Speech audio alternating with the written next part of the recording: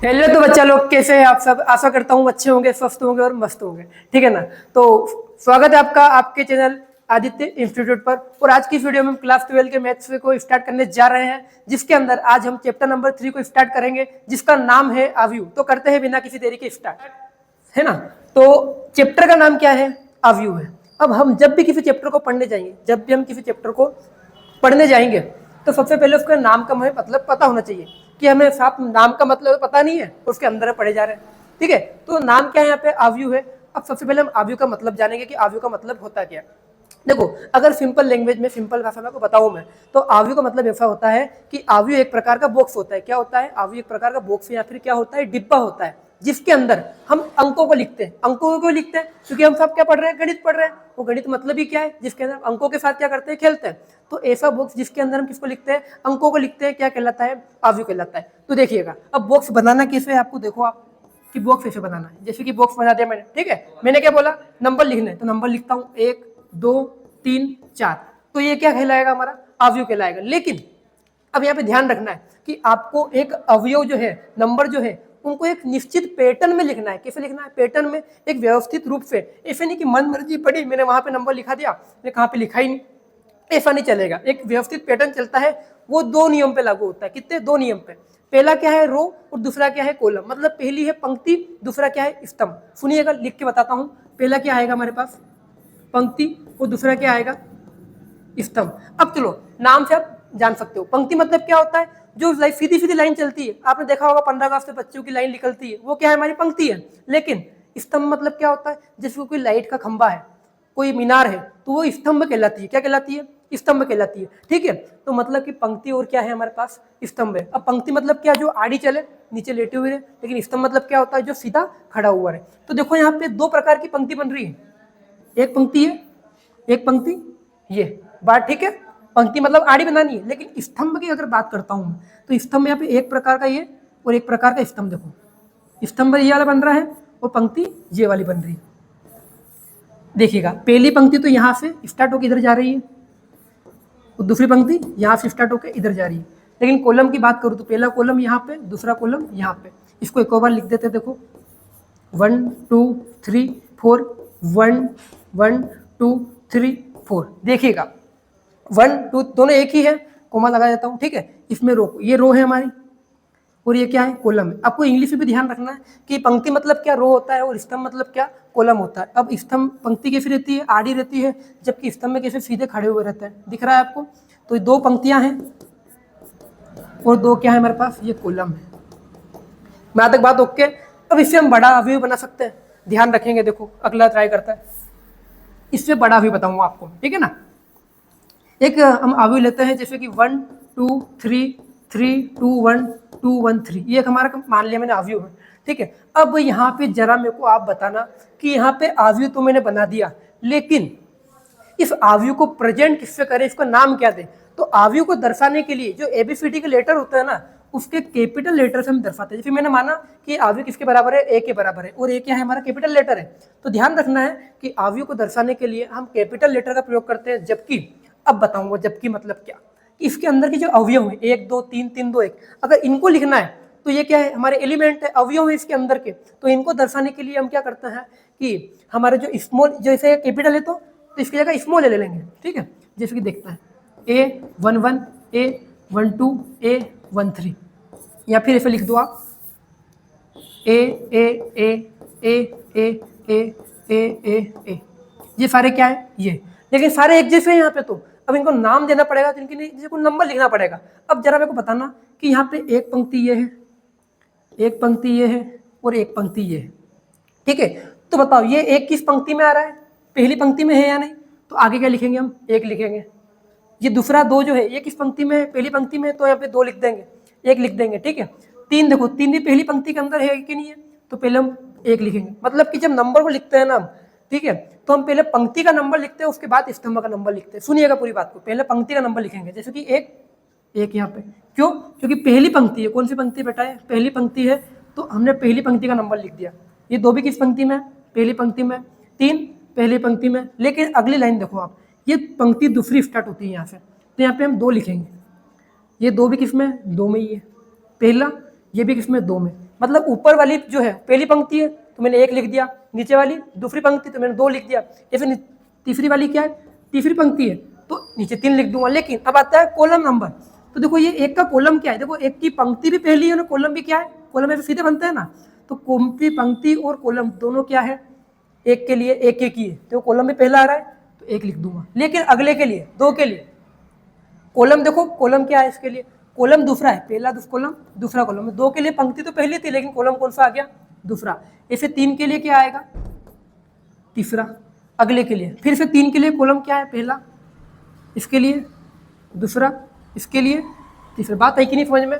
पहले हम जो भी अवयव है उसकी पंक्ति का नंबर लिखेंगे, उसके बाद उसके कॉलम का नंबर लिखेंगे। यहाँ पे देखो फिर से पहला कॉलम, इसके लिए दूसरा कॉलम और इस वाले के लिए तीसरा कॉलम, ये क्या हो गया, इसके नाम हो गए। ठीक है, यहाँ तक बच्चा ओके। कि ध्यान रखना है कि अवयव क्या होता है, वस्तु ऐसा डिब्बा होता है जिसके अंदर हम क्या करते हैं, नंबर को लिखते हैं, लेकिन नंबर को लिखने के लिए रो और कॉलम का प्रयोग करते हैं, लेकिन हम पहले रो का नंबर लिखते हैं उसके बाद कॉलम का। किसको दर्शाने के लिए, किसी अवयव को दर्शाने के लिए जो नाम लिखते हैं उसमें हम पहले उसके रो का नंबर लिखते हैं, मतलब पंक्ति का नंबर, उसके बाद स्तंभ का नंबर लिखा जाता है। ठीक है, अब आता है हमारे अवयव की कोटि। क्या आता है, अवयव की कोटि। देखो अवयव की लिख देते हैं, अवयव की कोटि। अब देखो यहाँ पे पंक्तियों की संख्या बताना मेरे को आप, कि यहाँ कितने प्रकार की पंक्तियां हैं, पहली पंक्ति, दूसरी पंक्ति, तीसरी पंक्ति। पंक्तियां कितनी है, 3 है। तो एम, पंक्तियों की संख्या को किससे दर्शाते हैं, एम, तो एम बराबर कितना है, यहाँ पे 3 है। ठीक है, और अगर मैं बात करूँ किसकी, कॉलम की, मतलब कि पंक्ति की संख्या को, पंक्तियों की संख्या को किससे दर्शाते हैं, एम से, और जो हमारे स्तंभ होते हैं, स्तंभ किससे दर्शाते हैं, एन से। तो अगर हमें अवयव की कोटि निकालनी है तो अवयव की कोटि का फॉर्मूला क्या होता है, हमें m इंटू एन। बात समझना कि पंक्तियों की संख्या गुणा स्तंभ की संख्या। आपको ध्यान रखना है पहले पंक्ति का गुणा करना है, मतलब पहले m आएगा ना कि क्या आएगा, n आएगा। क्यों, मैंने बताया कि पहले लिखते समय पंक्ति को ध्यान रखते हैं। अगर अवयव में पहले पंक्ति लिख रहे हैं तो कोटि में पहले क्या आएगा, पंक्ति, तो पहले m बाद में क्या, m, तो हमारा क्या निकल के आया, m इंटू एन। ठीक है ना, तो मतलब अवयव की कोटि का फॉर्मूला कितना आया है, m इंटू एन। ये आपको नोट करना है, अवयव की कोटि का फॉर्मूला, और अवयव को एग्जांपल साथ इसको उतार सकते हो। अब आते हैं हम अवयव के प्रकारों, हम अवयव के प्रकारों को पढ़ते हैं। ठीक है, देखो अवयव के प्रकार। अब अवयव भी अनेकों प्रकार के हो सकते हैं, समझना बात को। चलो, अवयव का पहला प्रकार लिख रखा है मैंने यहाँ पे, स्तंभ अवयव। क्या लिख रखा है, स्तंभ अवयव। कौन सा अवयव, स्तंभ अवयव। देखो नाम पे जाओ, जब भी किसी का मतलब निकालना सीधे उसके नाम पे जाना चाहिए। क्या नाम है, स्तंभ अवयव।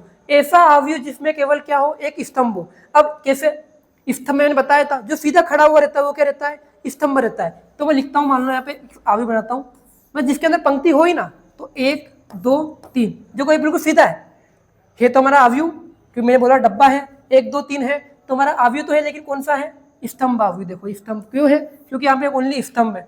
बात आगे समझ में। अगला है हमारे पास पंक्ति अवयव। ऐसा अवयव जिसमें केवल क्या हो, एक पंक्ति हो, मतलब इसको आड़ा कर देते हैं।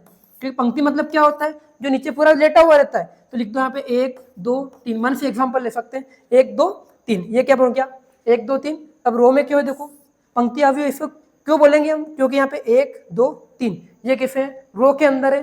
अब अगर लेटे हुए तो कौन सा कहलाएगा, पंक्ति अवयव। अगर सीधे हैं तो कौन सा कहलाएगा, स्तंभ अवयव कहलाता है। अब आते हैं नंबर 3 के ऊपर। ठीक है, अब देखो नंबर 3 पे आपको दिख रहा होगा, वर्ग अवयव दिख रहा है आपको। देखो अब यह पढ़ता हूं पहले मैं, ऐसा अवयव जिसमें पंक्ति तथा स्तंभ की संख्या समान हो। अब जरा बात बताना, आपने वर्ग पढ़ा होगा क्लास 10 के अंदर। अब वर्ग मतलब क्या होता है, जिसके अंदर लंबाई और चौड़ाई, ऐसा चतुर्भुज जिसके अंदर लंबाई और चौड़ाई क्या होती है, समान होती है, कौन सा कहलाता है, वर्ग। मतलब 2 चीजें क्या होती है, समान होती है। अब यहाँ पे लंबाई और चौड़ाई की बजाय क्या है हमारे पास, पंक्ति और स्तंभ है। अगर पंक्ति और स्तंभ की संख्या क्या है, बराबर है, तो कौन सा अवयव कहलाता है, वर्ग अवयव। जिस देखिएगा 1 2 3 3 2 1 2 3 1, ये एग्जाम्पल लिया मैंने। ठीक है, अब जरा हमें बताना है यहाँ पे पंक्तियां कितनी है। पहली पंक्ति काउंट करना है, दूसरी पंक्ति, तीसरी पंक्ति, 3 पंक्तियां हैं। देखो पंक्ति कितनी है, पंक्ति यहाँ पे है 3। कॉलम गिनते हैं, पहला कॉलम, दूसरा कॉलम, तीसरा कॉलम। ठीक है, तो कॉलम भी कितने हमारे पास, 3 है। तो देखो 2 ही 3 3 है कि नहीं है, मतलब एम की वैल्यू मतलब क्या, पंक्ति की वैल्यू, और एन की वैल्यू मतलब क्या, कॉलम की मतलब स्तंभ की वैल्यू, तीनों क्या है, दोनों क्या है, 3 3 है। तो यहाँ पे क्या आया कि यहाँ पे 3 और 3 है, मतलब पंक्ति और स्तंभ की वैल्यू क्या है, समान है। अगर अंक बराबर है तो क्या बोल लेंगे हम, कौन सा अवयव है, वर्ग अवयव। नंबर 4 देखिएगा, विकर्ण अवयव, ऐसा अवयव जिसमें केवल विकर्ण के अवयव हो। अब जैसे कि विकर्ण के अवयव तथा इसके अतिरिक्त अन्य सभी अवयव शून्य हो। अब बताओ विकर्ण अवयव मतलब क्या होता है, आपने पढ़ा होगा विकर्ण मतलब क्या होता है, इसी को एग्जाम्पल लिखता है। देखो, विकर्ण के अवयव हो तथा इसके अतिरिक्त सारे अवयव क्या हो, शून्य हो। जैसे कि मैंने एक 3 0 0 0 2 3 0 0 4। अब देखो कि यहाँ पे विकर्ण मतलब क्या होता है, आड़ा, ऐसा, ये क्या होता है हमारा, विकर्ण होता है, ठीक है। ऐसा अवयव जिसमें केवल विकर्ण के अवयव, तो यहाँ पे 3 2 4 एक विकर्ण में दिख रहा है, आपको दिख रहा है, और इसके अतिरिक्त जितने भी हैं सारे क्या है, 0 0 है कि नहीं, देखो आप बोला है परिभाषा के अंदर, जिसमें केवल विकर्ण के अवयव हो तथा इसके अतिरिक्त सारे अवयव क्या हो, शून्य हो। देखो उसके अदर जितने भी सारे क्या है, 0 है, तो क्या बोलेंगे हम, 3 2 4, ये विकर्ण के अंदर देखो ये वाला ओनली यहाँ पे ये 3 2 4 है, उसके अलावा जितने भी है अदर वो सारे क्या है, 0 है। तो कौन सा कहलाएगा हमारे पास, ये विकर्ण अवयव कहलाता है। अब आते हैं अगले पार्ट के ऊपर। देखो अब आता है अदिश अवयव, क्या दिख रहा है आपको, चलो अदिश अवयव दिख रहा है बोर्ड के ऊपर,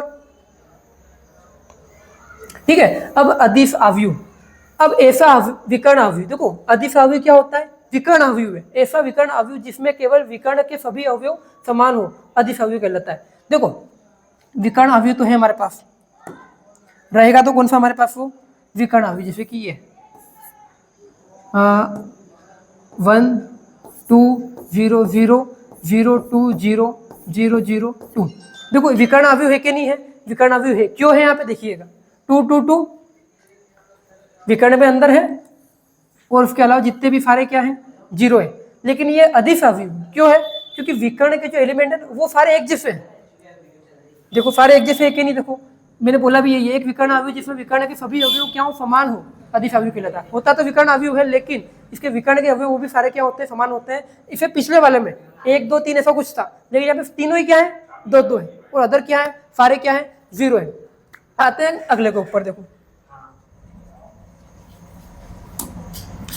तत्समक अवयव, देखो ऐसा विकर्ण अवयव जिसमें विकर्ण के सभी अवयव क्या हो, एक हो। फिर से अवयव कौन सा है, विकर्ण अवयव है, ऐसा विकर्ण अवयव जिसके अंदर विकर्ण के सभी अवयव का हो, तत्समक एक हो, जैसे कि 1 0 0 0 1 0 0 0 1। देखो बात समझ में आई कि नहीं, कुछ भी नहीं करना है। विकर्ण के अवयव सारे क्या है, 1 1 1 है, और अदर कितने हैं, सारे 0 है।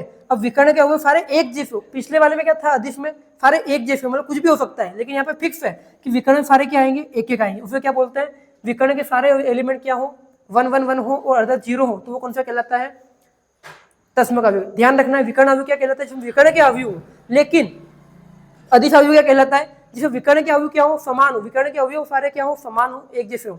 लेकिन यहाँ पे क्या, तत्समक के अंदर सारे समान तो हो, लेकिन सारे क्या हो, एक हो। बात आगे समझ में। अगले आते हैं शून्य अवयव। देखो शून्य अवयव मतलब क्या होता है, जिसके सभी अवयव क्या हो, शून्य हो, क्या हो, सारे अवयव क्या है, शून्य, मतलब क्या है, 0। जैसे कि एग्जांपल लेते हैं यहाँ पे 0 0 0 0 0 0 0 0 0, ये सारे क्या है, 0 आया कि नहीं आया। जिसके अंदर सारे अवयव क्या हो, 0 हो, कौन सा कहलाता है, शून्य अवयव कहलाता है। तो करते हैं हम प्रश्नावली के सवालों को। और 3.1 का पहला क्वेश्चन देखो, यहाँ पे बोर्ड स्क्रीन पे दिख रहा होगा आपको कि कोई अवयव है, अवयव ए बराबर, ये दिया हुआ है के लिए, ठीक है। इसका पहला है अवयव की कोटि। अब जरा लोग बताना कि मैंने अवयव की कोटि के लिए कोटि का फॉर्मूला बताया था मैंने कुछ। कोटि का फॉर्मूला क्या होता है, m इंटू n। वो बताया था कि m मतलब क्या होता है, पंक्ति होती है, ठीक है, और n मतलब क्या होता है, स्तंभ होता है, ठीक है। m मतलब पहले m ही लिखना है और बाद में क्या लिखना है, n लिखना है, बता रखा है, क्योंकि पहले हम क्या पंक्ति लिखते हैं, उसके बाद क्या लिखते हैं, स्तंभ लिखते हैं। अब यहाँ पे देखो पंक्तियों की संख्या कितनी है, पहली पंक्ति है, उसके बाद दूसरी पंक्ति है, तीसरी पंक्ति है। तो यहाँ पे m की वैल्यू कितनी है हमारे पास, 3 है, तो लिख देंगे हम यहाँ पे कितना, 3। स्तंभ की वैल्यू देखते हैं, 1 2 3 4, 4 स्तंभ में देखो आप देख सकते हो, 1 है, 2 है, 3 है, 4 है, तो लिख देंगे कितना, इंटू में 4। इसको इंटू करके लिखना नहीं है, बस इसे दर्शाना है कि 3 इंटू 4, तो ये क्या कहलाएगी हमारी अवयव की कोटि।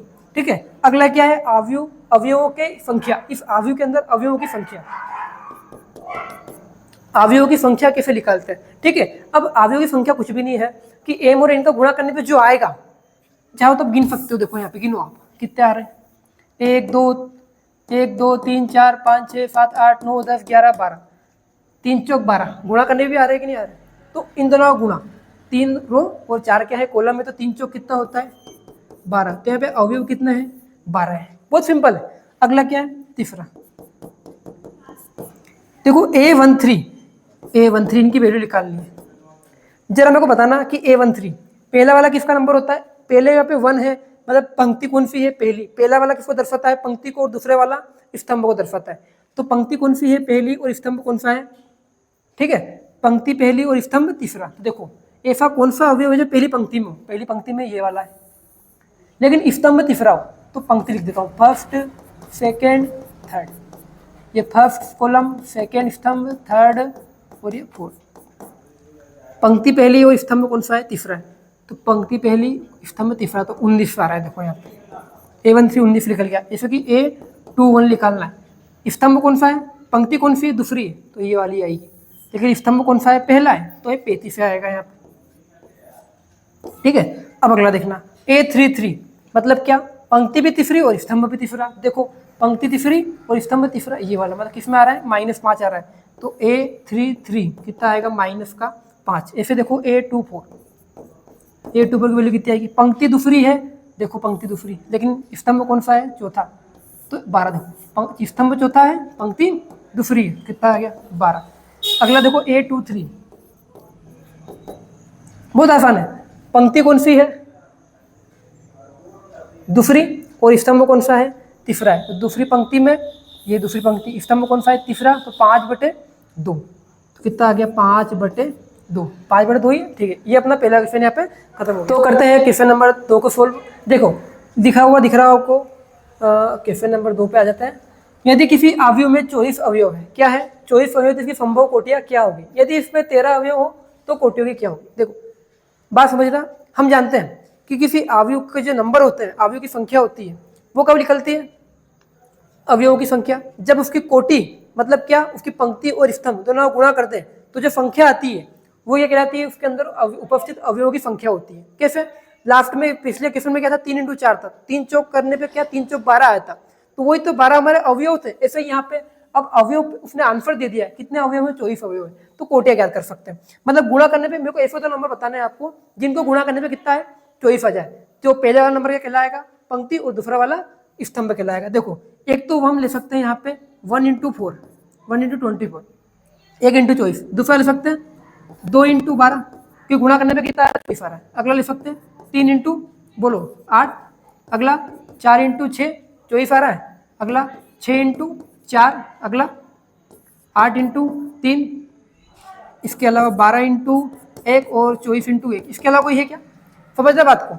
इन सबको गुणा करने पे कितना आएगा 24 आएगा, 1 × 24 24 आएगा, 2 × 12, 3 × 8, 4 × 6, 6 × 4, 8 × 3, सबको गुणा करने पे कितना आ रहा है 24 आ रहा है। यहाँ पे देखो ये 24 12 × 2 आएगा, कितना आएगा 12 × 2। ठीक है, ये सबको गुणा करने पे कितना आ रहा है 24 आ रहा है, और इसके अलावा कोई नंबर नहीं है।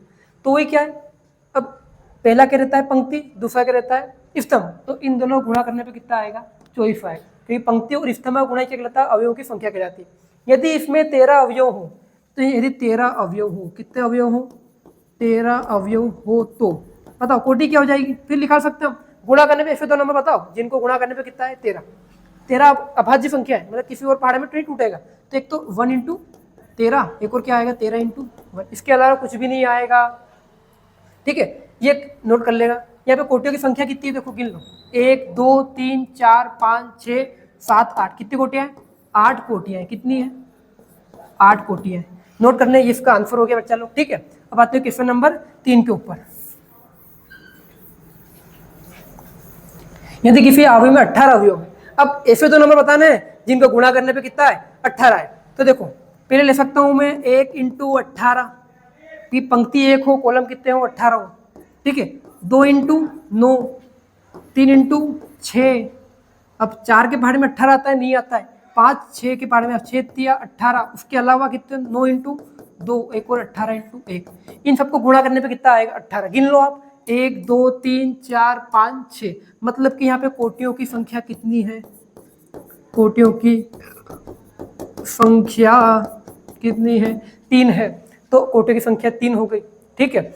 लेकिन उसने क्या, यदि इसमें 5 अवयव, देखो 5 फिर से क्या है, एक अभाज्य संख्या है, तो हम जानते हैं अभाज्य संख्या के इंटू में वो ओनली वन हो सकता है। तो अगर 5 कोटियां, कितनी अवयव कितने हैं यहाँ पे 5 अवयव हो तो कोटियां कितनी हो जाएगी, देखो एक तो 1 इंटू 5 की, एक और 5 इंटू 1 की, ये 2 कोटियां बनेगी, ठीक है। कोटि की संख्या कितनी होगी 1 1 2 3 4 5 6, 1 2 3 4 5 6 लिख देता है, ठीक है। अब आता है अगले क्वेश्चन की तरफ, क्वेश्चन नंबर 3 की तरफ। देखो बहुत बढ़िया क्वेश्चन है, तीनों क्वेश्चन इंपॉर्टेंट है, ठीक है। 2 इंटू 2 अवयव, देखो 2 इंटू 2 अवयव, यहाँ पे ये अवयव दे रखा है, समझना पूरी बात को कि यहाँ पे आई और जे का मतलब क्या है, एक एक चीज आपको बताने वाला हूँ, सब रखिएगा, ठीक है। रचना कीजिए जिसके अवयव निम्नलिखित प्रकार से प्रदत्त है, निम्नलिखित प्रकार से दिए हुए हैं। देखो पहला क्वेश्चन देखते हैं, क्या बोला है 2 इंटू 2 अवयव, कौन सा बोला है 2 इंटू 2 का, मतलब ये क्या है कोटि है। पहला वाला नंबर किसको दर्शाता है, पंक्ति को, तो यहाँ पे हमारे पास पंक्ति की संख्या कितनी है 2 है, वो पीछे वाला किसको दर्शाता है स्तंभ को, तो हमारे पास स्तंभ भी कितने हैं, स्तंभ कितने हैं 2 है, मतलब कि m बराबर भी 2 है और n बराबर भी कितना है 2 है। इतना करने के बाद, ठीक है, मतलब हमारा अवयव कैसे बनेगा, ऐसा बनेगा। अब जानते कितने a11 a12 a21 और a22, देखो यहाँ पे पंक्तियों की संख्या भी 2 है और कॉलम की संख्या भी कितनी है 2, तो इनके नंबर कैसे ऐसे रहेंगे। अब यहाँ पे आई और जे बच्चा कुछ भी नहीं है, आई मतलब क्या पंक्तियों की संख्या और जे मतलब क्या कॉलम की संख्या। आई किसको दर्शाता है, पंक्तियों को दर्शाता है, मतलब कि रो को, और जे स्तंभ मतलब क्या कॉलम को दर्शाता है। और ए आई जिस प्रकार है, तो सबके अंदर देखो यहाँ पे कॉलम और स्तंभ चेंज हो रहे कि नहीं हो रहे, यहाँ पे पंक्ति और स्तंभ चेंज हो रहे हैं सारे, सबके अंदर ए तो कॉमन है, लेकिन देखो A11 यहाँ पे 11 12 21 22 आ रहा है, मतलब पंक्ति और स्तंभ क्या हो रहे हैं चेंज हो रहे हैं, मतलब आई और जे के मान क्या हो रहे हैं चेंज हो रहे हैं। और आई मतलब क्या है पंक्ति और जे मतलब क्या है कॉलम। तो पहले निकालते हैं A11 के लिए, ए देखो पहले लिख देते हैं यहाँ पे कि ए आई जे की वैल्यू कितनी है, देखो यहाँ पे आई प्लस जे का होल स्क्वायर अपॉन में कितना है 2 है। कुछ भी नहीं करेंगे, देखो बहुत सिंपल है, पहले यहाँ पे रखेंगे A11 के लिए, ठीक है। तो A11 जरा मेरे को बताना आई जे, आई की वैल्यू कितनी है 1 है, जे की वैल्यू कितनी है, देखो आई की वैल्यू कितनी है 1 है, जे की वैल्यू कितनी है 1 है, तो यहाँ पे जहाँ पे भी आई है वहाँ पे कितना रख दूंगा 1 रख दूंगा, और जे की वैल्यू कितनी है 1, तो वहाँ पे 1 रख दूंगा। अब 1 प्लस 1 मतलब आई प्लस जे का होल स्क्वायर, स्क्वायर तो स्क्वायर लगा दे, अपॉन में कितना है 2। अब बताओ 1 और 1 2, 2 का स्क्वायर कितना होता है 4, अपॉन में कितना है 2, तो 2 से 2 कटा कितना आया 2 आया, मतलब A11 की वैल्यू कितनी है 2 है। ऐसे निकालेंगे अपन किसकी A12 की वैल्यू, तो मतलब i का मान कितना है 1 और 2, j का मान कितना है 2, तो पहले i प्लस जे का स्क्वायर हो रहा है, देखो तो 1 प्लस 2 का होल स्क्वायर अपॉन में कितना आएगा 2, तो 2 कितना आएगा 9, तो 9 का इस 9/2। अगला A21, यहाँ पे देखना बहुत सिंपल है, इसके अंदर i की वैल्यू कितनी है 2 है और j की वैल्यू कितनी है 2 है 1 है, तो कुछ भी नहीं करेंगे, फॉर्मूला क्या है i प्लस जे का स्क्वायर अपॉन में कितना है 2, तो i की वैल्यू कितनी है 2, j की वैल्यू कितनी है 1, तो 2 प्लस 1 का होल स्क्वायर अपॉन में कितना 2, तो कितना आएगा 9/2, कि 2 और कितने 3, 3 का स्क्वायर 9।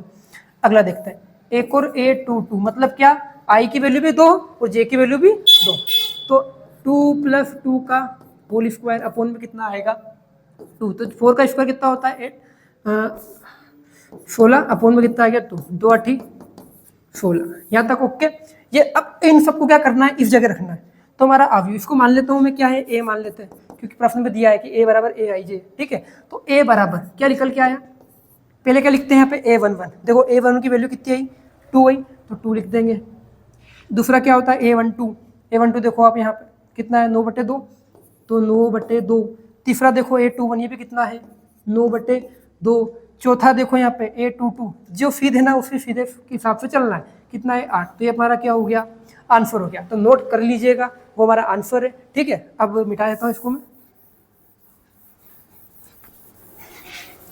हाँ, आपको एक बात बताना चाहूँगा मैं कि अगर आपने अभी तक चैनल को सब्सक्राइब नहीं किया है तो कर लीजिएगा, क्योंकि देखो एक काम क्या होता है कि टीचर का काम होता है कि बच्चों को हमेशा मोटिवेट रखना। क्या होता है? मोटिवेट रखना। लेकिन बच्चों का काम भी एक प्रकार से होता है कि बच्चे टीचर को मोटिवेट रखें। कैसे? कि अगर आप हमारे चैनल को सब्सक्राइब करेंगे, ज़्यादा से ज़्यादा हमारे चैनल पे वीडियो पे क्या करेंगे, कमेंट करेंगे, तो हमें से क्या मिलता है? मोटिवेट मिलता है। कैसे? कि हमारे जो बच्चे हमारी वीडियो देख रहे हैं, अगर बच्चे वीडियो को देख रहे हैं तो हमें लगेगा कि हम अच्छा पढ़ा रहे हैं, कैसा भी पढ़ा रहे हैं, लेकिन हमें मोटिवेशन मिलता है। क्या मिलता है? मोटिवेशन मिलता है। तो ज़्यादा से ज़्यादा कमेंट कीजिएगा, लाइक कीजिएगा और अपने दोस्तों के साथ शेयर जरूर कीजिएगा। दूसरा क्वेश्चन देखना आप यहाँ पे कि ए आई जे की वैल्यू कितनी है? आई अपॉन में जे। यहाँ पे आई अपॉन में जे, ठीक है। कुछ भी नहीं करेंगे, पहले वही अवयव कौन सा है? 2 × 2 का है। कैसा बनेगा? ए बराबर ए 1 1 ए 1 2 ए 2 1 ए 2 2। क्यों? क्योंकि देखो पंक्ति 2 है और स्तंभ भी कितने हैं? 2 है। पहली भी देखो ए आई जे दे रखा है, कुछ नहीं करेंगे, ए 1 1। देखो यहाँ पे ए 1 1, आई की वैल्यू 1, जे की वैल्यू भी कितनी है? 1 रख दो यहाँ पे। 1 अपॉन में 1 कितना आएगा? 1। इस अगले के लिए ए 1 2, आई की वैल्यू के ऊपर 1 अपॉन में कितना आ गया? 2। इसे ए 2 1, बहुत सिंपल है, अलग क्वेश्चन। ए 2 1, आई की वैल्यू 2 अपॉन में कितना? 1, तो कितना आ गया? 2 आ गया। इसे अगला देखते हैं ए 2 2, मतलब क्या? आई की वैल्यू भी कितनी? 2, जे की वैल्यू भी कितनी? 2, कितना आ गया? 1 आ गया। अब इन सबको होकर रखेंगे, वहाँ पे रख देंगे स्केल के अंदर। ए बराबर कितना आ जाएगा? ए 1 1 की वैल्यू कितनी है? 1। ए 1 2 की ए बटे 2, इसकी 2 बटे 1, यहाँ पे डायरेक्ट 2 लिख दो आप, तो यहाँ पे और अच्छा रहेगा आपके लिए, ठीक है। हाँ, और ए 2 2 की वैल्यू कितनी है? 2 है, ठीक है। ये अपना क्वेश्चन नंबर अपना 4th का सेकेंड हो गया। अब 3rd को करेंगे, उतार लीजिएगा, ठीक है। नंबर 3rd पे लिख देते हैं कि ए आई जे की इसकी वैल्यू कितनी है? आई प्लस 2j का होल स्क्वायर अपॉन में कितना है? 2 है। अब कुछ भी नहीं करेंगे, वो इसका काम है। ए आई जे, आई प्लस 2j का होल स्क्वायर अपॉन में कितना है? 2। देखिए अब वही ए बराबर क्या बनेगा हमारा? ए 1 1 ए 1 2 ए 2 1 ए 2 2। क्यों? क्योंकि यहाँ पे हमारा अवयव 2 × 2 कोटि का है, जिसके इसका मतलब ही क्या है कि 2 पंक्ति और 2 स्तंभ है, तो 2 पंक्ति और 2 स्तंभ लगा दी मैंने, ठीक है। आई जे, अब आई ओ जे की वैल्यू रखनी है। कैसे? पहले नंबर 1 के लिए ए 1 1, ये देखिएगा तो ए 1 1, आई की वैल्यू 1 और जे की वैल्यू 1, तो आई का मान कितना? 1 प्लस 2 × जे, तो 2 × 1 कर दो, कितना आएगा? जे 2 के गुणा में है कि नहीं? देखो यहाँ पे 2 जे के गुणा में, तो 2 × 1 कर देता हूँ मैं। उसके बाद इसका क्या? होल स्क्वायर अपॉन में कितना आ गया? 2। तो आई प्लस 2 का होल स्क्वायर अपॉन में कितना आ गया? 2। कितना आएगा? 9 का 3 का स्क्वायर कितना होता है? 9 बटे में कितना आ गया? 2। 9 बटे 2 आया। ऐसे निकालेंगे अपन कितना? ए 1 2, आई की वैल्यू कितनी आएगी? देखो यहाँ पे 1 प्लस इंटू में क्या है? 2, और जे की वैल्यू कितनी है? देखो यहाँ पे जे की वैल्यू कितनी है? यहाँ पे 2 है, तो 2 × यहाँ पे जे की वैल्यू कितनी रखूंगा मैं? 2 रखूंगा, और इंटू में क्या है? 2 2 दूनी कितना हो जाएगा? 4 लिख देता हूँ। चलो अपॉन में कितना आ गया? 2 आएगा। तो 1 प्लस 4 का होल स्क्वायर बटे में कितना आ गया? 2। कितना होता है? 1 और 4 कितना होता है? 5। 5 का स्क्वायर होता है 25, 25 बटे 2। ऐसे ए 2 1 निकालेंगे हम यहाँ पे, तो कितना आएगा बोलो? 2 प्लस जे, यहाँ पे देखो 2 × जे की वैल्यू कितनी है? यहाँ पे 1 है, तो इसका पूरे का होल स्क्वायर अपॉन में 2, तो देखना यहाँ पे 2 प्लस 2 का होल स्क्वायर बटे में कितना? 2, तो 2 प्लस 2 होता है 4, 4 का स्क्वायर कितना होता है? 16, तो 16 बटे कितना आ गया? 2, कितना आ गया? 8। ये हमारे 3 एलिमेंट निकल गए। चौथा यहाँ पे निकाल देते हैं, ठीक है, जगह कम है उधर। ए 2 2, आई प्लस 2j, आई की वैल्यू कितनी है? 2, और जे की वैल्यू कितनी है? 2, तो 2 × 2 का होल स्क्वायर अपॉन में कितना आ गया? 2। 2 दूनी 4, 4 और 2 कितने होते हैं? 6, 6 का स्क्वायर 36, 36 बटे 2 कितना आ गया? 18। और सारे हुए निकल चुके हैं। अब यहाँ पे रख देंगे हम सारे के मान, देखना रख दो यहाँ पे ए बराबर, ये हमारा आंसर हो जाएगा। ए 1 1 कितना आया? 9 बटे 2। ए 1 2 कितना आया? 25 बटे 2। ए 2 1 कितना आया? 8, और अगला कितना आया? 18। तो ये हमारा क्या बन गया? आंसर है, ठीक है।